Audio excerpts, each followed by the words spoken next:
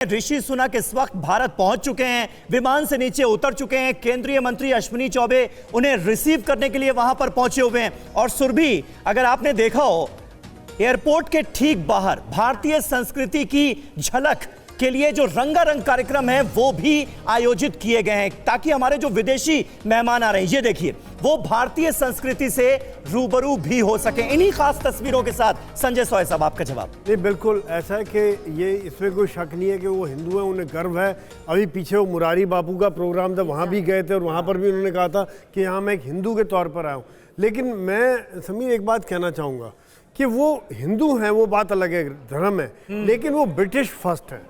अगर वो prime minister बने तो आज उनका एक जिम्मेदारी एक ब्रिटेन के लिए है, बिल्कुल अपने देश के लिए, अपने देश के लिए। हाँ। आप देखिए, आने से पहले उन्होंने एफटीए के ऊपर बात कह दी कि भाई एफटीए के ऊपर हमें सोचना पड़ेगा, क्या करें नहीं करें। तो यानी कि एक बहुत बड़ा चैलेंज हो जाता है जब वो एक इंडियन डिसेंट से हैं और वहाँ पर अगर इंडिया में आ रहे हैं तो एक शीशे के ग्लास हाउस में है कि किस प्रकार से काम करेंगे। उनको बहुत बड़ा बैलेंस रखते हुए काम करना पड़ेगा और एक अपना नेशनल इंटरेस्ट भी देखना पड़ेगा, यही कारण है। लेकिन वो एक बात समझ रहे हैं कि आज भारत जिस प्रकार से ब्रिटेन के साथ जुड़ा हुआ है, जिस प्रकार से भारत वह नौकरियां दे रहा है, भारत का जो इन्वेस्टमेंट है, आप देखिए 48 बिलियन, 1 लाख से ज़्यादा ब्रिटिशर्स को नौकरी दी हुई है।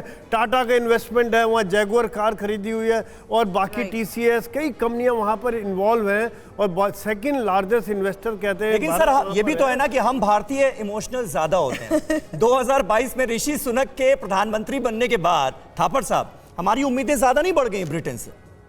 देखिए, जैसे आप कह रहे हैं वो दामाद हैं, तो ये ना हो हमें कुछ देना पड़ जाए ज़्यादा, क्योंकि हमारे दामाद हैं, एग्री करना पड़े कुछ उनकी टर्म्स फेवरेबल के ऊपर। लेकिन जैसे सोई साहब ने कहा, जब वो आए हैं, वो हिंदू हों या जैसे भी हो, एज प्रधानमंत्री प्राइम मिनिस्टर ऑफ यूके आए हैं, वो अपने देश की फेवर में ही, हित में ही बात करेंगे, कोशिश करेंगे जो उनको फ़ायदा हो। गिव एंड टेक रिलेशनशिप है दोनों का, कि दोनों पार्टीज़ का। अब कौन इसमें ज्यादा खटता है, ये देखने की बात। बिल्कुल। अंतर्राष्ट्रीय मामलों के जानकार प्रोफेसर राजन कुमार भी इस वक्त हमारे साथ हैं। राजन सर, कैसे देख रहे हैं आप भारत से अपने संबंधों पर गर्व की बात ऋषि सुनक कहते हैं, और इमिग्रेशन पॉलिसी का भी हम यहाँ जिक्र इसलिए कर रहे थे क्योंकि ज्यादातर भारतीयों को लेकर कुछ बड़े फैसलों की संभावनाएं आपको नजर आ रही हैं? सुरभि, शुक्रिया मुझे बुलाने के लिए। ये बहुत ही इंपॉर्टेंट मीटिंग है।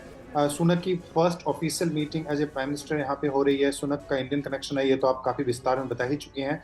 मैं बता दूं कि लगभग 19 लाख भारतीय हैं जो कि भारतीय इंग्लैंड में है, जो कि लगभग 2.86% वहाँ पे पॉपुलेशन है उनका।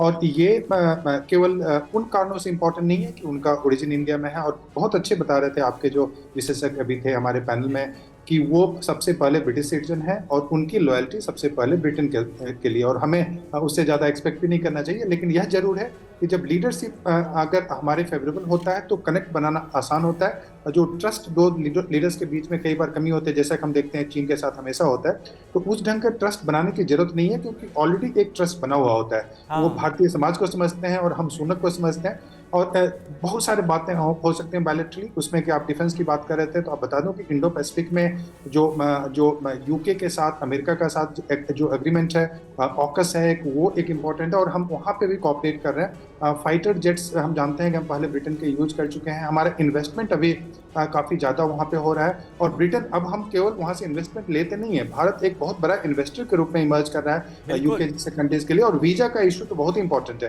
क्योंकि बहुत सारे बच्चे या सॉफ्टवेयर इंजीनियर वहाँ पे जाना चाहते हैं, और वीजा का इशू अभी काफ़ी वेटिंग चल रहा है, तो वो इंपॉर्टेंट इशू है। और हमारे पहले पैनलिस्ट ने बताया था, नीना साहब ने बताया था कि FTA जो सबसे बड़ा इशू अभी के समय में इंडिया यूके के बीच में है, वो फ्री ट्रेड एग्रीमेंट का है, जो कि काफी करीब है। पहले बोला भी गया था कि पिछली दीपावली से पहले वो साइन हो जाएगा। ठीक है प्रोफेसर राजन, बिल्कुल आपने बहुत इंपॉर्टेंट बातें कही। और इस वक्त हमारे साथ एक और खास मेहमान जुड़ रहे हैं, फॉर्मर डिप्लोमेट अनिल त्रिगुनायत जी भी हमारे साथ मौजूद हैं। त्रिगुनायत जी, मैं आपसे जानना चाहूंगा कि ब्रिटेन से हमें क्या हासिल हो सकता है। त्रिगुनायत जी, जैसे ही स्क्रीन पर आएंगे आप प्लीज मुझे बताइएगा। फिलहाल आनंद प्रकाश पांडे मुझे नजर आ रहे हैं भारत मंडपम से। आनंद, आपका बड़ा इंतजार हो रहा था भाई यहाँ स्टूडियो में भी, जरा भारत मंडपम की तस्वीरें दिखाइए, किस तरह से हम तमाम राष्ट्राध्यक्षों की मेजबानी के लिए तैयार हैं, और भारत मंडपम की अपनी क्या तैयारियां आप दिखा सकते हैं इस वक्त हमारे दर्शकों को।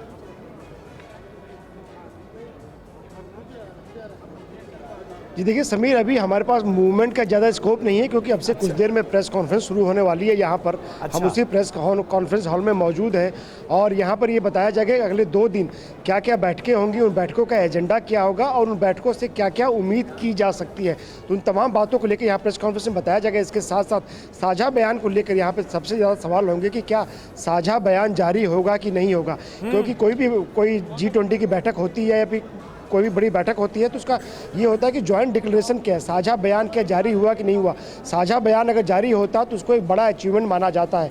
और ऐसे में जिस तरह से यूक्रेन और रूस संघर्ष को लेकर साझा बयान में शामिल करने को लेकर मतभेद शेरपाज की बैठक में नजर आए हैं, और जहाँ एक तरफ रूस और चीन जो है वो एक तरफ है और वहीं दूसरी तरफ US और जो बाकी जो पश्चिमी देश है वो दूसरी तरफ है। तो ऐसे में मतभेद है इसमें साझा बयान को लेकर। लेकिन भारत की कोशिश ये है कि अगर साझा बयान जारी नहीं होता है तो कम से कम चेयर स्टेटमेंट को लेकर भी एक आम राय बन सके, उसको लेकर अभी बातचीत चल रही है। कुछ ऑफिशियल बातचीत चल रही है, कुछ पर्दे के पीछे बातचीत चल रही है। लेकिन इतना जरूर है यहाँ पर भारत मंडपम की हम आपको बात बताएं तो यहाँ पर भारत की सभ्यता संस्कृति के साथ साथ G20 के जो देश हैं और साथ ही साथ जिन विशेष आमंत्रित सदस्यों के तौर पर देशों को यहाँ बुलाया गया, उनकी साझा संस्कृति को यहाँ पर दिखाने के लिए कॉरिडोर बनाया गया, कल्चर कॉरिडोर उसका नाम दिया गया, वहाँ के कल्चर के बारे में बताया गया है। और जो तैयारियां पूरी हैं। अब फिलहाल इंतजार भी खत्म हो रहा है, सभी मेहमान दिल्ली पहुंचने भी शुरू हो चुके हैं।